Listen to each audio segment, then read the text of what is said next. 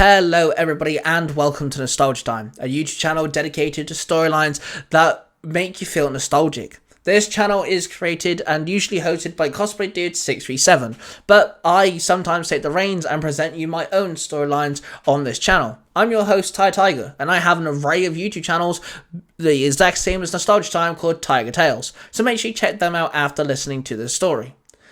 Today we're diving into a new story which is based off The Mask. I loved the Jim Carrey movie, and as growing up, I found out the comic book is way more violent, and it's always sparked an interest to write my own Mask storyline. So that's exactly what I've done today. So this storyline revolves around Hugo, a new person who has the mask, and all the trouble the mask causes him. So let's dive in.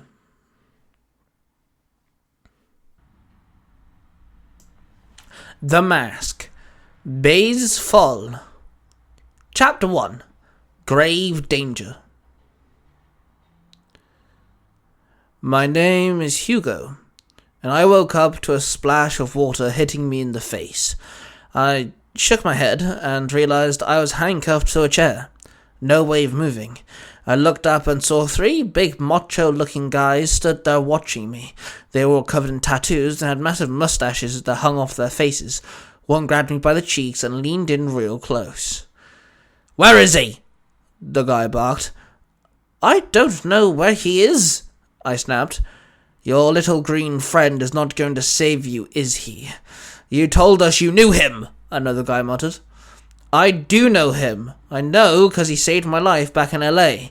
When I saw him here, I was shocked just like you guys," I gasped, acting like I was genuinely shocked. Truth was, I was my little green friend, or that's my understanding of it.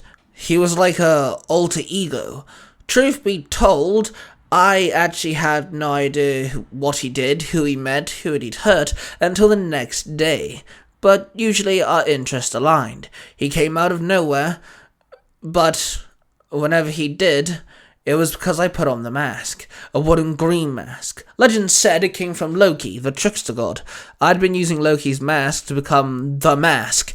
That's what he called himself. For about 6 months now. My trouble now was I was handcuffed and the mask was in my bag, which was directly in front of me on their table, filled with instruments of torture. They wanted to capture the mask and kill him for the fact that he did something back in LA. Some things went down with him back when I had no idea what was going on. I sat there, and I was dripping wet. I looked at one of the thugs who clocked me. "What are you staring at, fool?" the thug barked. "Nothing but an ugly motherfucker," I grunted. The thug growled at my comment, then he picked up a wrench and swung at me. It came extremely close before another thug stopped him mid-swing. "You idiot, we hurt him, we lose our leverage," one thug barked at the other. I sat there laughing. All three men turned to me. "Why are you laughing?" the thug who had taken the leader role snapped at me. "'Cause you guys are so screwed," I chuckled. The three of them looked at me then, and for a little while they chatted amongst themselves. They kept looking at me, muttering with venom. I sat there and tried to figure out how I was going to get the mask inside of my bag, but one of the thugs suggested going through my bag. I swallowed hard and hoped they didn't find it. I tried to talk them out of it, mock them, get their attention somehow, but nothing worked. They opened my bag and pulled out my jacket, my keys to my car, my apartment, then my water bottle, then they pulled out the wooden mask. I inhaled with a hint of dread, as the three guys examined the mask, and all three of them looked rather confused. "Oi, what's this supposed to be?" one thug said, as he presented the mask to me. "It's the way I communicate with the mask himself. It's like a pantomime and a telephone had a baby." I lied. "So we put this on and we can talk to him?" the other thug asked. "No, it only works for me. The mask made it so if anyone else wears it, it self-destructs and blows your head off." I lied to them again. The three boys looked at each other and then shrugged.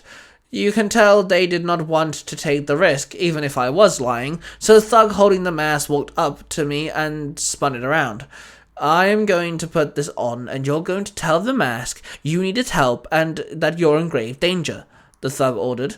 I nodded, and the thug placed the mask on my face. I took a deep breath in as the mask started warping around my head. "Hey man, I'm in grave danger," I muttered. Then the mask took over, and I was left to swim in darkness, unaware of what was about to happen.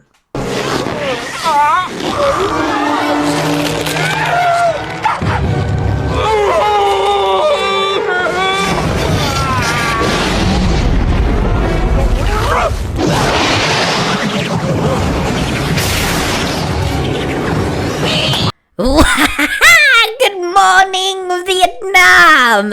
I yelled, all hunky and green. My big green bald head reflected the light nicely. The three thugs had poor Hugo hostage. They all looked at me in rage and shock, a nasty mixture of the two. One of them picked up a crowbar and swung it at me. The crowbar hit my face. My head exploded into 1,000 tiny pieces like a broken china plate being smashed on the ground. My hands picked up a hoover out of nowhere and sucked up all the pieces. Then the hoover turned into a blender. My hands pulled out a carton of milk from inside my jacket and poured it into the blender, filled of china-like pieces. I hit the button, and then my body stood still as my hands poured the mixture into my neck hole, and suddenly my head reappeared like an inflated balloon.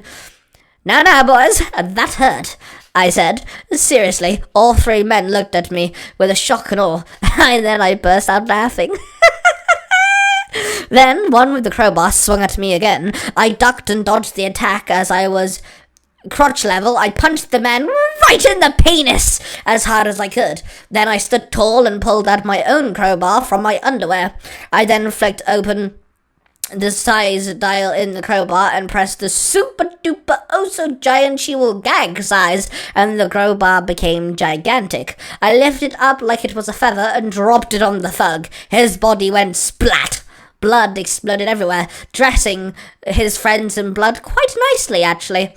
The second thug pulled out a gun and fired an entire round into me. I shook my ass, I shook my belly, I shook my head, and spat the bullets back at the thug. With the velocity of a minigun, the man dropped down and died, bleeding out on the nicely wooden floor. Then the third thug stood there shaking uncontrollably. I laughed at him, like a bully laughs at a geeky nerd with broken glasses. I stood there completely still. The man took one step forward. Boo! I yelled. Then the man let out a childish girl-like scream and ran off. I pulled out a batarang, opened it, and then took aim.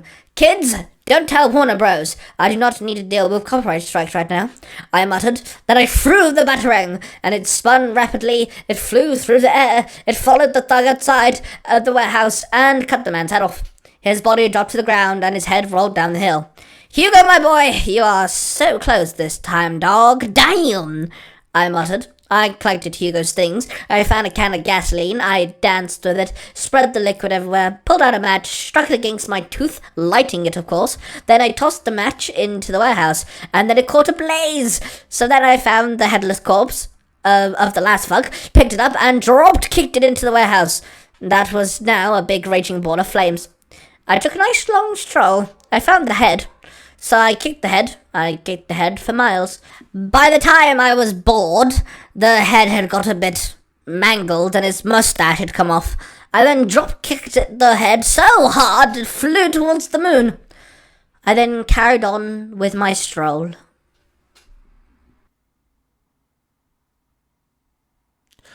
Thank you everybody for tuning in to this video. If you've enjoyed this story, then of course consider subscribing, because you won't want to miss out on all the fantastic nostalgic feeling storylines that are on this channel. This channel is ran by Cosplay Dude 67, and I also place my storylines on here, so you'll have plenty of storylines written and read to you guys by myself and Cosplay Dude 67. Now, of course, I'm the host of Tiger Tales, so make sure you check out the other Tiger Tales channels. This particular storyline was hosted on Tiger Tales Lost Stories. With that being said, I love you guys, roar of passion, don't forget to subscribe, and in the words of our host, later days.